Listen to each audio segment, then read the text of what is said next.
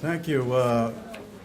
I would appreciate if somebody from every table will come and take maybe 10 of these for the table, 10 of the handouts. And while that's happening, I'll just start introducing. Michal Schuster said that when you give people a sentence and say fill in the blanks, what you get depends on the language, obviously, but also only a little less obviously on the culture. So if somebody gives you a tune and says, well, write some lyrics for this tune, that's the ultimate fill in the blanks. If there already are lyrics to the tune in one language, obviously the default is to try to stick to more or less the same stuff, but you can wing it, you can do something else entirely. When I was growing up in the United States, there was a song on the radio called Sunday Morning. I came to Israel, I heard it on the radio, and it was called Bo Habaita. On the other hand, some songs are translated more or less as closely as possible. I'm going to go over to my written notes now, because otherwise I'm just going to digress and digress. What you have with you is 3 sets of lyrics to the same tune. The original is on top. You may not know the original. If you don't know the original, turn to the second page. You say, oh, Yoam Gaon. I hope everybody at least knows the second set of lyrics to this particular melody. The original is a train song. And in America, there's a long tradition of train songs. The train is always going somewhere far, far away. I don't know a song in which it ever comes back. And it may be a good place to go, it may be a bad place to go. It may be you going away, it may be your lover going away. In this case, the name of the train is the city of New Orleans. And as you start reading through the lyrics in English, you'll see there are 15 cars and 15 restless riders, which is not a lot of riders. And on line 6, you see the train pulling out at Kankakee. And I'd like to stop there just to admire that word. Because one of the natural resources of America is these wonderful place names. You can write a song about Okolona, and you can write a song about Lodi, and you can write a song about Tucumcari. There's no end to these place names. And an American is not expected to know every place in America. As a matter of fact, one of the things that they love about America is that there's no end to it. You could just go on and find new places all the time. So from Kankakee, we pass by towns that have no names, line 8, and we have freight yards full of old black men who are implicitly compared to the rusted automobiles. We're getting a little bit depressing out there. We have discarded human beings and discarded machinery. And we get the first chorus. Good morning, America, how are you? Don't you know me? Don't you know me?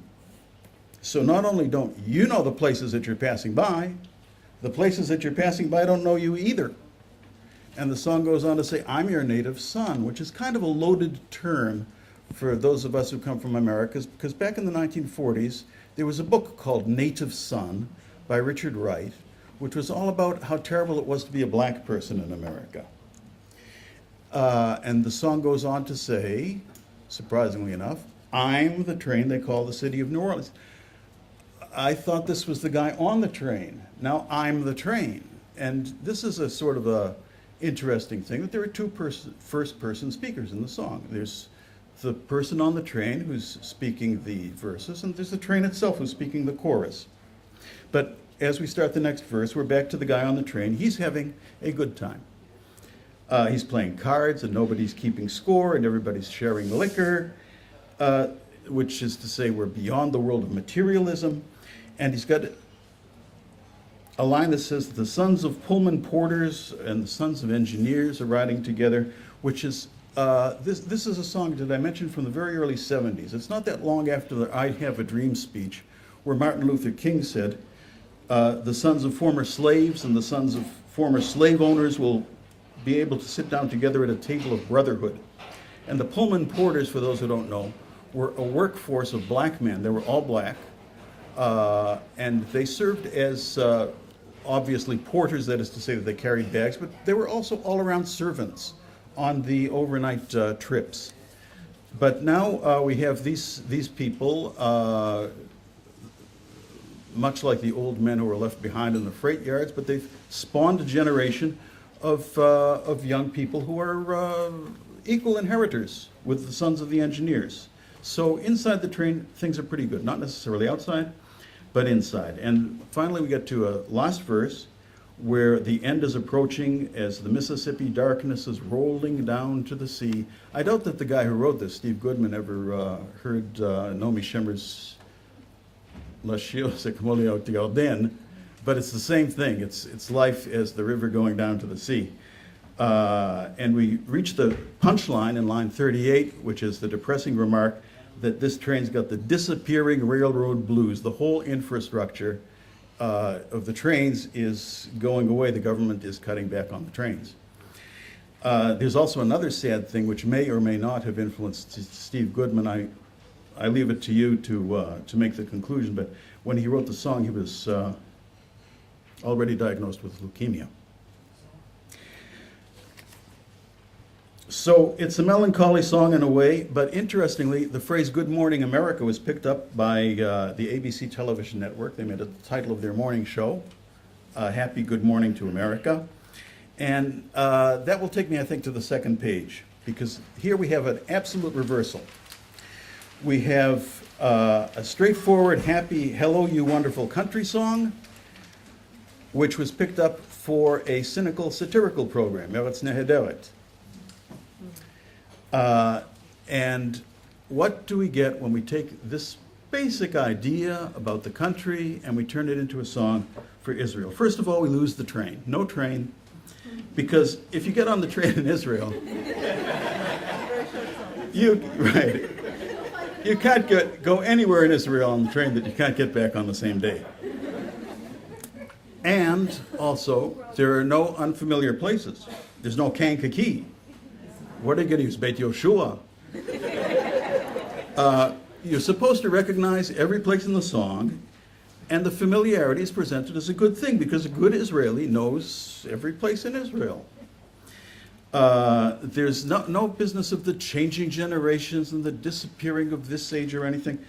Nothing is going to be obsolete. The country is absolutely dependable, and it's the speaker who says, I've been to Rome, I've been to Paris, but he comes back and the country is always there, same beautiful country.